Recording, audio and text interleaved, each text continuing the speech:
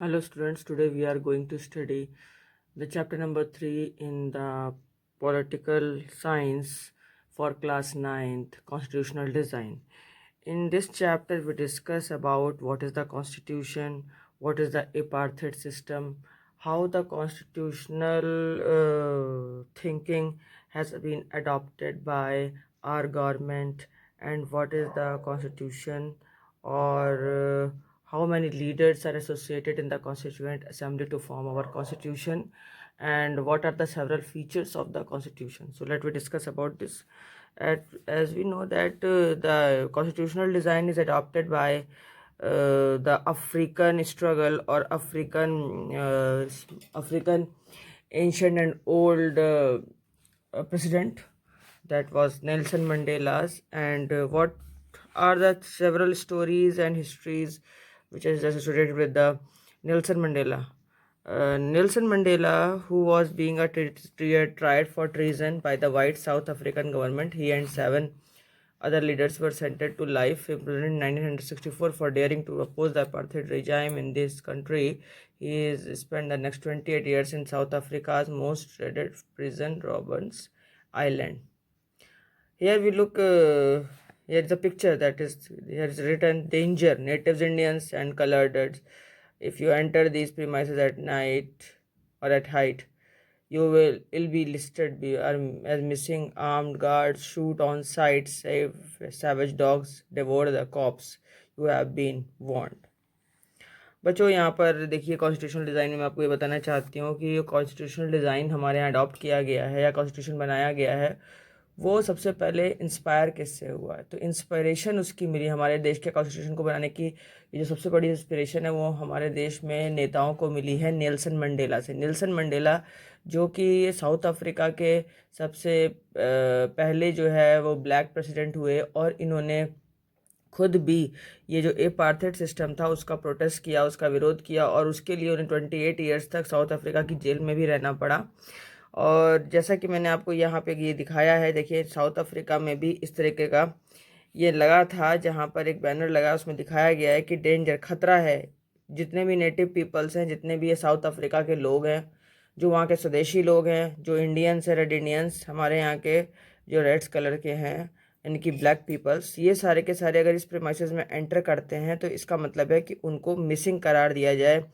Arm guards को permit किया गया है कि वो शूट आउट कर सकते हैं उन्हें उसी साइड पर देखते ही साथ। और इसीलिए कहा है कुत्तों से सावधान, यानी कि कुत्ते कौन है यहाँ पर? इसमें मतलब है कॉप्स, यानी कि पुलिस, और उनको वार्न किया गया। इसका मतलब है कि जो साउथ अफ्रीका में ये एपार्थेड सिस्टम था ये बहुत पुराना है। और एपार्थेड सिस्टम होता क्या है? एपार्थेड सिस्टम का मतलब होता है there is a name of a system of racial discrimination, यानी कि लोगों के साथ रंग भेद की नीति अपनाई जाती है। और रंग भेद की नीति में क्या किया जाता था कि जाति और रंग भेद के हिसाब से साउथ अफ्रीका में वाइट यूरोपियंस जो थे उन्होंने सारा एक सिस्टम ला दिया था साउथ अफ्रीका में। और उन्होंने कहा था 17 और 18 सेंचुरी के दौरान जितनी भी ट्रेडिंग कंपनीज हैं जो भी यूरोप से आई थी, उन्होंने सारी की सारी अपनी आर्म फोर्सेस भेज दी थी इंडिया में और अफ्रीका में।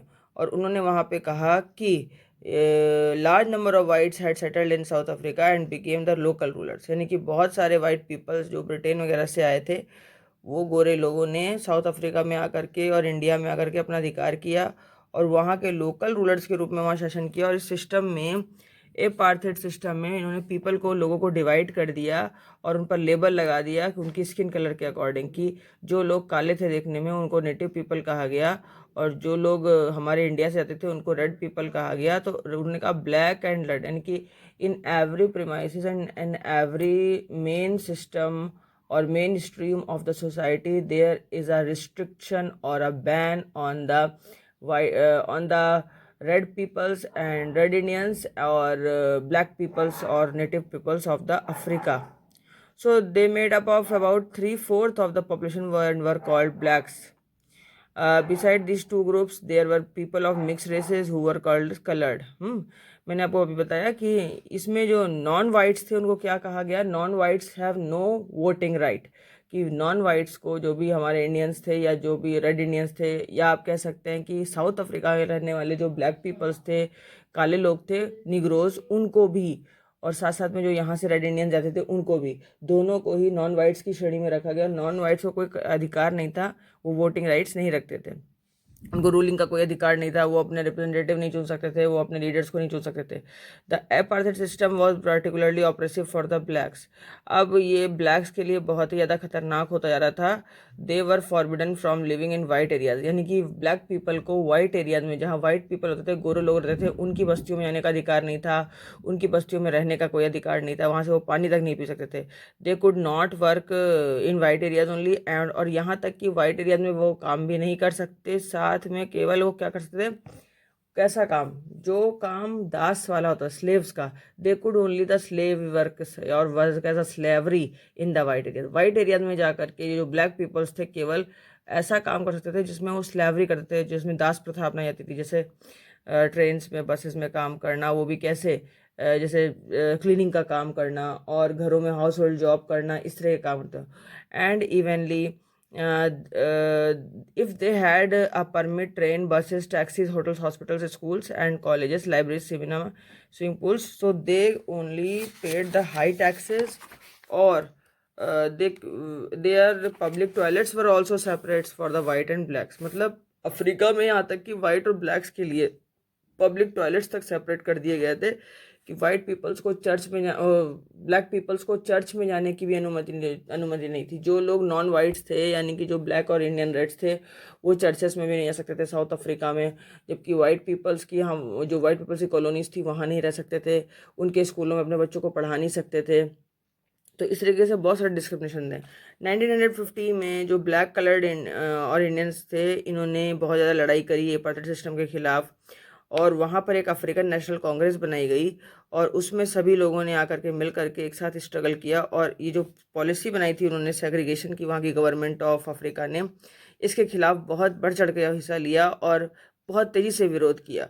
और धीरे धीरे विरोध करते करते एक दिन आखिर आई गया कि मिडनाइट ऑफ 26 अप्रैल 1994 एक नया नेशनल फ्लैग वहाँ बनाया गया रिपब्लिक ऑफ साउथ अफ्रीका में, और उसको अनफर्ड करा गया, उसको फहराया गया, जिसमें मार्किंग थी the newly born democracy in the world, कि अब संसार में एक नई डेमोक्रेसी आई थी। और इसमें एपार्थाइड रूल के खिलाफ बहुत सारे रूल्स बनाए गए थे, और उन्होंने कहा था कि अब हमें भी अधिकार है वोटिंग राइट का। और इसके लिए नेल्सन मंडेला ने अपने बहुत सारे साथियों के साथ में कई स्ट्रगल किया, कई सालों तक, 28 साल तक वो लगातार जेल में रहे। उसके बाद जाके साउथ अफ्रीका में इनको फ्रीडम मिली थी, और as a first president of the new South Africa वो इलेक्ट हुए नेल्सन मंडेला। और इसके बाद में उन्होंने एपार्थाइड सिस्टम को ख़त्म किया यहाँ से।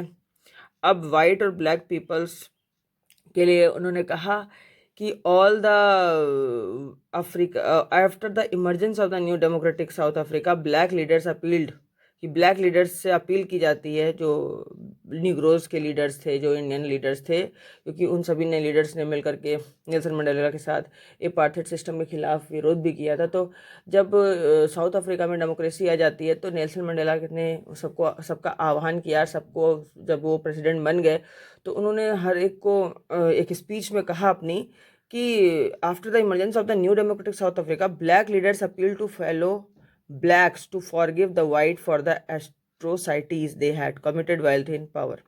मतलब कि जितने भी ब्लैक लीडर्स हैं, मैं उनसे सबसे अपील करूंगा कि सारे के सारे लोग जो है वो वाइट्स को माफ़ कर दें उनके अत्याचारों के लिए, और अब हमारे इस नए साउथ अफ्रीका में जहाँ डेमोक्रेसी आ चुकी है, वहाँ पर हर एक साउथ अफ्रीकन को इक्वलिटी का अधिकार है, हर रेस के मेन और वुमेन को डेमोक्रेटिक वैल्यूज़ को, सोशल जस्टिस को और ह्यूमन राइट्स का पूरा अधिकार है।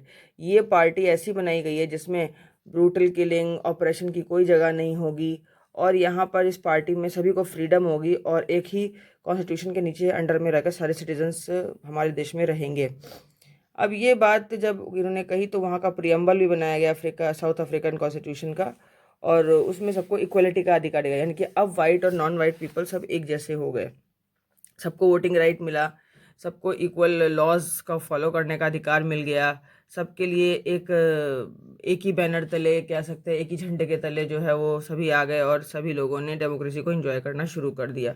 तो साउथ अफ्रीका में जो कॉन्स्टिट्यूशन में ये जो डेमोक्रेसी बनाई गई है, तो वहाँ के डेमोक्रेट्स जो है वो, अब साउथ अफ्रीका में जब ये कॉन्स्टिट्यूशन बनाया गया तो इसके कॉन्स्टिट्यूशन से सभी लोग जितने भी डेमोक्रेट्स थे और दूसरी कंट्रीज़ के, वो भी बहुत ज़्यादा इंस्पायर हुए और उन्होंने भी जो है इस चीज़ को फॉलो करने की कोशिश की। और इसी से प्रभावित थे हमारे महात्मा गांधी, जिन्होंने नेल्सन मंडेला से वो बहुत प्रभावित थे और उन्होंने आगे जा कर के पूरी की पूरी नेल्सन मंडेला की एक कह लीजिए उनको इमिटेट किया, उनकी नकल की। और उसी कॉन्स्टिट्यूशन की बात हमारे देश में भी की गई कि ब्रिटिशर्स के खिलाफ हमें भी प्रोटेस्ट करना चाहिए, और उन्होंने प्रोटेस्ट किए भी, कई सारे मूवमेंट चलाए। और उसके बाद में उन्होंने क्या किया कि कोई कॉन्स्टिट्यूशनल असेंबली की डिमांड की, और कॉन्स्टिट्यूशनल असेंबली करने के बाद में कॉन्स्टिट्यूशन हमारा ड्राफ्ट हो सके। अब बात यह आती है कि why do we need a constitution, हमें कॉन्स्टिट्यूशन की ज़रूरत क्यों है। तो कॉन्स्टिट्यूशन की ज़रूरत हमें इसलिए है बच्चों, क्योंकि जहाँ पर कोई मेजॉरिटी में कोई एक पर्टिकुलर ग्रुप ना रहे, हर एक सिटीज़न, चाहे वो किसी भी ग्रुप का हो, चाहे वो किसी भी रिलीजन का हो, चाहे किसी भी कास्ट का हो, किसी भी रेस का हो, हर एक व्यक्ति को इक्वलिटी का अधिकार मिले, all equals before the law. और सभी के लिए एक ऐसा कानून बने जिसमें सभी लोग इक्वल माने जाएं, और उनकी जितने भी, जैसे कि अफ्रीका में कहता कि वाइट पीपल्स को ज़्यादा प्रिविलेजेस, ज़्यादा सुविधाएं दी जाती थी, प्रॉपर्टी के राइट थे, तो ये सब उनसे ले लिए गए और सभी लोगों को equal privileges, equal property rights, equal universal adult franchise के तहत सभी को इक्वल वोटिंग राइट्स मिले, सभी को अपनी गवर्नमेंट को चुनने का अधिकार मिला, सभी को अपने अपने एरिया के रिप्रेजेंटेटिव चुनने का अधिकार मिल गया, जिससे कि सारे ही सिटीजन्स का जो अधिकार था वो एक जैसा हो गया। अब आता है कि कॉन्स्टिट्यूशन में जो है बहुत सारी बातें की गई। देखिए, पहली बात क्या की, हमें कॉन्स्टिट्यूशन की ज़रूरत क्यों है।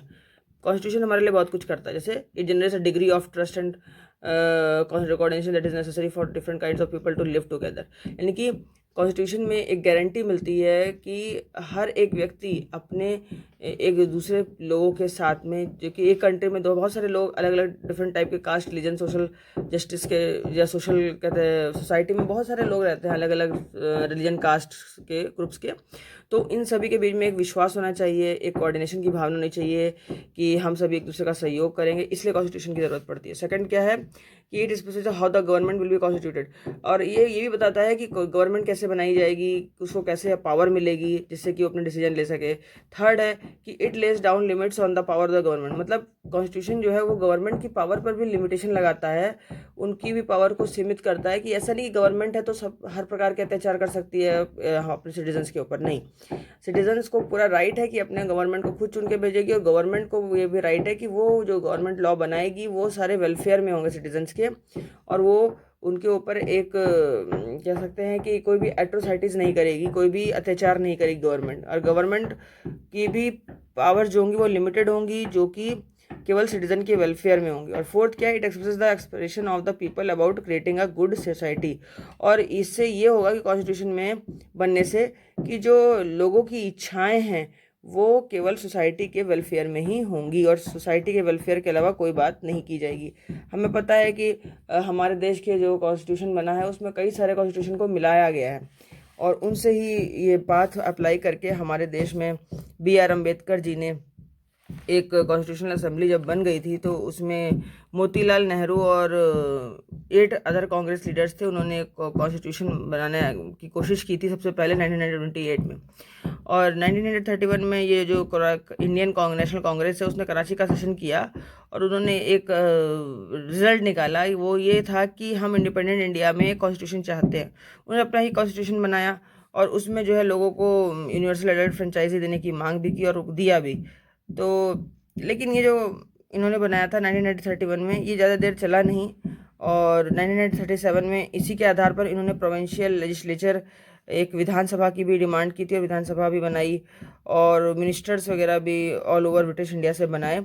लेकिन ये बहुत दिनों तक नहीं चल पाई कॉन्स्टिट्यूएंट असेंबली। उसके बाद क्या हुआ, उसके बाद ये हुआ कि बच्चों 1935 में गवर्नमेंट एक्ट पहले ही आ चुका था, लेकिन इसमें जो है पूरी तरीके से कॉलोनियल रूलिंग्स को हटाने की बात नहीं की गई थी।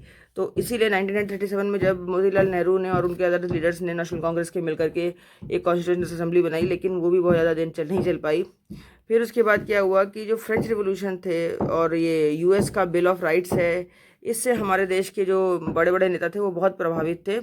तो उन्होंने लास्ट में डिसीजन किया कि हम एक नई कॉन्स्टिट्यूशन असेंबली बनाएंगे, और उस कॉन्स्टिट्यूएंट असेंबली का एक ही मेन एम होगा कि the drafting of the document called the constitution, यानी कि जो कॉन्स्टिट्यूशन हमारा बनेगा उसमें एक डॉक्यूमेंट ड्राफ्ट किया जाएगा, और ये जो ड्राफ्ट किया जाएगा डॉक्यूमेंट, ये किसके आधार पर किया जाएगा? By N assembly of elected representative. जो भी लोग अपने अपने रीजन से चुन के आए होंगे उन इलेक्टेड रिप्रेजेंटेटिव्स के द्वारा ही ये डॉक्यूमेंट ड्राफ्ट किया जाएगा, जिसको बोला जाएगा कॉन्स्टिट्यूशन। और ये काम करेगा कॉन्स्टिट्यूएंट असेंबली के लोग। अब कॉन्स्टिट्यूएंट असेंबली 1946 में सबसे पहले गठित होती है हमारे यहाँ। और उसके बाद में हमें ये भी पता है कि इंडिया और पाकिस्तान वहाँ पे अलग हो जाते हैं। इसके बाद उनका भी विभाजन होता है। और कॉन्स्टिट्यूएंट असेंबली जो है, इसमें इंडियन कॉन्स्टिट्यूशन को बनाने के लिए उस समय 299 मेंबर्स होते हैं। और लास्ट में 26 जनवरी 1950 को ये सर्वसम्मति से लागू भी हुआ। इंडियन कॉन्स्टिट्यूशन जो बन के तैयार हुआ था, ये एक्चुअली 26 नवंबर 1949 को तैयार हुआ, लेकिन जो कंप्लीट इफेक्ट में आया है वो 26 जनवरी 1950 को, और उसी को हम रिपब्लिक डे के रूप में मनाते हैं। अब आता है कि कॉन्स्टिट्यूशन जो है हमारा, ये सभी लोगों से ऊपर है ना। Constitution is above of all Indians, सबसे ऊपर कॉन्स्टिट्यूशन है हमारा। और इसमें बहुत सारे नेता थे, जैसे कि आप देख सकते हैं BR अम्बेडकर हैं, जयपाल नायकर हैं, दुर्गा भाई देशमुख है, राजेंद्र प्रसाद हैं, HC मुखर्जी हैं, बलदेव सिंह हैं। ये लोग काफ़ी लोग थे। तो इन्होंने कॉन्स्टिट्यूशन में पूरे हमारे इंडिया के लॉज की फ़िलॉसफी को लिखा है, और सब कुछ जो बनाया है वो वेलफेयर में बनाया है। अब जब ये कॉन्स्टिट्यूशन बन के तैयार हो गया, तो महात्मा गांधी ने अपनी एक यंग इंडिया, उनकी मैगजीन चलती थी 1931 में, उन्होंने एक बात पहले ही लिख दी थी। उन्होंने कॉन्स्टिट्यूशन की डिमांड की थी, और उन्होंने कहा था कि एक ऐसा कॉन्स्टिट्यूशन बनाया जाए जिसमें सभी लोगों को इक्वल राइट हो, इक्वल उनके बारे में सोचा जाए, चाहे हाई क्लास हो चाहे लो क्लास हो, उसके बारे में कोई डिस्क्रिमिनेशन ना किया जाए। देखिए इसमें लिखा भी है, there can be no room in such for Indian as a curse of untouchability. ऐसा कोई भी व्यक्ति इस कॉन्स्टिट्यूशन में नहीं होगा जो कि छुआछूत मनाए, और जो लोग इंटॉक्सिकेटेड ड्रिंकिंग और ड्रग्स करें। हम केवल सेटिस्फाइड होंगे जहाँ पर केवल इक्वल लॉ बनेंगे, सारे के सारे राजाओं की पेट्रोनेज ले ली जाएगी, ना ही किसी को पेट्रोनेज मिलेगी, ना ही कोई हमारे ऊपर राजा होगा। हम सभी एक दूसरे को अपने अपने देश में सभी स्वतंत्र होंगे। तो गांधी जी का ये विजन बहुत आगे काम आया, और 15 अगस्त 1947 को हमारा देश जब आज़ाद हुआ तो उसके बाद कॉन्स्टिट्यूएंट असेंबली बनी और हमारा कॉन्स्टिट्यूशन बना दिया गया। अब हमारे कॉन्स्टिट्यूशन की जो कुछ फीचर्स भी हैं और फिलॉसफी है कॉन्स्टिट्यूशन की। फिलॉसफी ऑफ कॉन्स्टिट्यूशन में क्या है कि values that inspired and guided the freedom struggle, यानी कि इसमें कुछ वैल्यूज़ की बात की गई है, कुछ गाइडेंस दी गई है, जिससे कि हमारा जो देश का फ्रीडम स्ट्रगल था वो नर्चर किया गया है, उसी को आगे बढ़ाया गया। These values are embedded in the preamble of the Indian constitution. हमारे इंडियन कॉन्स्टिट्यूशन के जो फर्स्ट पेज है उस पर प्रीएम्बल लिखा गया है। प्रीएम्बल की एक विशेषता है, और ये विशेषता क्या है? ये विशेषता जो हमारी ली गई है प्रीएम्बल की, ये सबसे पहले अमेरिकन मॉडल ऑफ कॉन्स्टिट्यूशन से ली गई है। अमेरिका में भी ये प्रीएम्बल लिखा गया है, उसी से हमारे देश के कॉन्स्टिट्यूशन में भी ये प्रीएम्बल की बेसिक वैल्यूज़ की बात की गई है, सिटीजन्स की। और इस प्रीएम्बल में ये लिखा है यहाँ पर, ये मैं आपको प्रीएम्बल दिखाती हूँ। We the people of India having solemnly resolved to constitution India into a sovereign socialist secular democratic.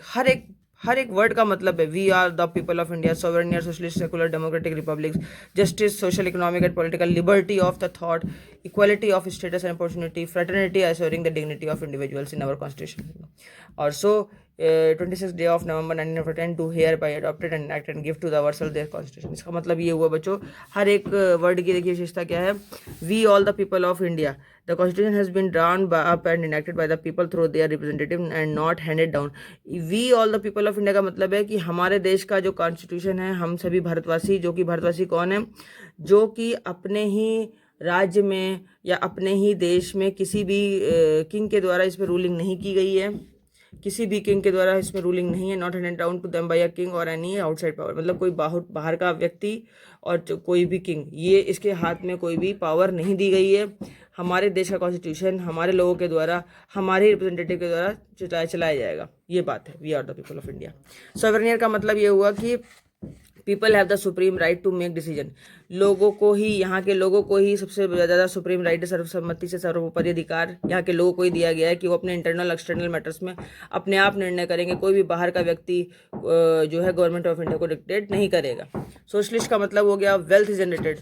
यहाँ के जो धन धान्य की स्थिति है, जो धन धान्य है वो यहाँ पर सोशली जनरेट किया गया है और सोसाइटी में इक्वली शेयर किया गया है। गवर्नमेंट शुड रेगुलेट द, और गवर्नमेंट खाली उसको रेगुलेट कर सकती है और जो भी लैंड वगैरह का ओनरशिप है, इंडस्ट्री का है, सोशियो इकोनॉमिक इनइक्वालिटीज़ को कम करने के लिए गवर्नमेंट उसको चला सकती है, रेगुलेट कर सकती है, उसके केवल एक मॉनिटरिंग कर सकती है। लेकिन रूल रेगुलेशन जो भी गवर्नमेंट बनाएगी वो सभी सिटीजन्स के लिए समान होगा। सेकुलर का मतलब हुआ कि citizens have complete freedom to follow any religion, कि यहाँ के लोगों को, यहाँ के नागरिकों को, सभी लोगों को किसी भी धर्म को मानने का पूरा अधिकार है, पूरी स्वतंत्रता है। लेकिन हमारे राज्य का कोई भी एक राज्य धर्म नहीं होगा, कोई भी एक राष्ट्र धर्म नहीं है, हमारे यहाँ कोई भी ऑफिशियल रिलीजन नहीं है। गवर्नमेंट को ये यहाँ पर चाहिए कि वो सारे रिलीजियस जितने भी बिलीव्स हैं, जितने भी धर्म हैं, जितने भी धर्म के मानने वाले लोग हैं और जो भी जितने भी धर्म चला जा रहे हैं, सबको इक्वल रिस्पेक्ट देगी। डेमोक्रेटिक का मतलब यही हो गया कि एक ऐसी गवर्नमेंट जिसमें लोग इंजॉय कर सकेंगे हर एक पॉलिटिकल इक्वल राइट को, उनको अपनी गवर्नमेंट को चुनने का अधिकार है, उनको बेसिक रूल जो भी बनाए जाएंगे उनको मानने का स्वतंत्रता, मानने का एक बेसिक राइट जो है सभी लोगों को दिया गया है। रिपब्लिक का मतलब हुआ the head of the state is an elected person and not a hereditary position. मतलब रिपब्लिक का मतलब यह हुआ कि जो स्टेट का हेड होगा वो इलेक्ट होके आएगा, लोगों के द्वारा चुन के आएगा, ना कि उसको कोई हेरिडेटरी पोजीशन नहीं दी जाएगी। जैसे कोई राजा है पहले था तो उसके ही बेटे को राजा बनाया जाएगा, ऐसा नहीं है। अब यहाँ पर कोई भी व्यक्ति भारत का जो है वो प्रधानमंत्री और यहाँ का कोई भी प्रेसिडेंट वगैरह कोई भी बन सकता है, कोई भी सीएम किसी भी स्टेट का बन सकता है। बस क्या है, वो शर्त ये है कि वो लोगों के द्वारा चुन के आएगा। जस्टिस का मतलब हो गया कि citizens can not be discriminated, और यहाँ के लोगों को उनके कास्ट, जेंडर, रिलीजन के आधार पर नहीं बांटा जाएगा। जो भी सोशल इनइक्वालिटीज़ थी, समाज में छुआछूत की भावना थी, ये सबको हटा दिया गया है। गवर्नमेंट केवल और केवल जितने भी हमारे स्पेशली जो पिछड़े लोग हैं उनके लिए मेनली जो है उनके वेलफेयर के लिए काम करेगी। लिबर्टी का मतलब है सभी लोगों को आज़ादी है, किसी के ऊपर भी अनरिजनेबल रिस्ट्रिक्शन नहीं लगाए गए हैं।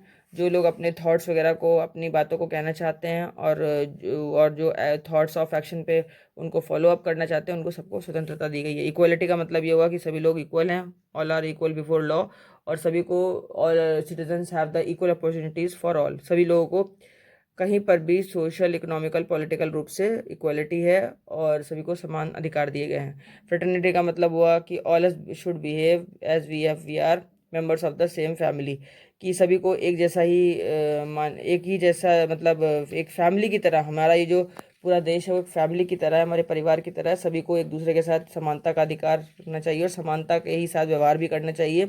किसी भी पर्सन को एक इन्फीरियर दृष्टि से नहीं देखा जाना चाहिए।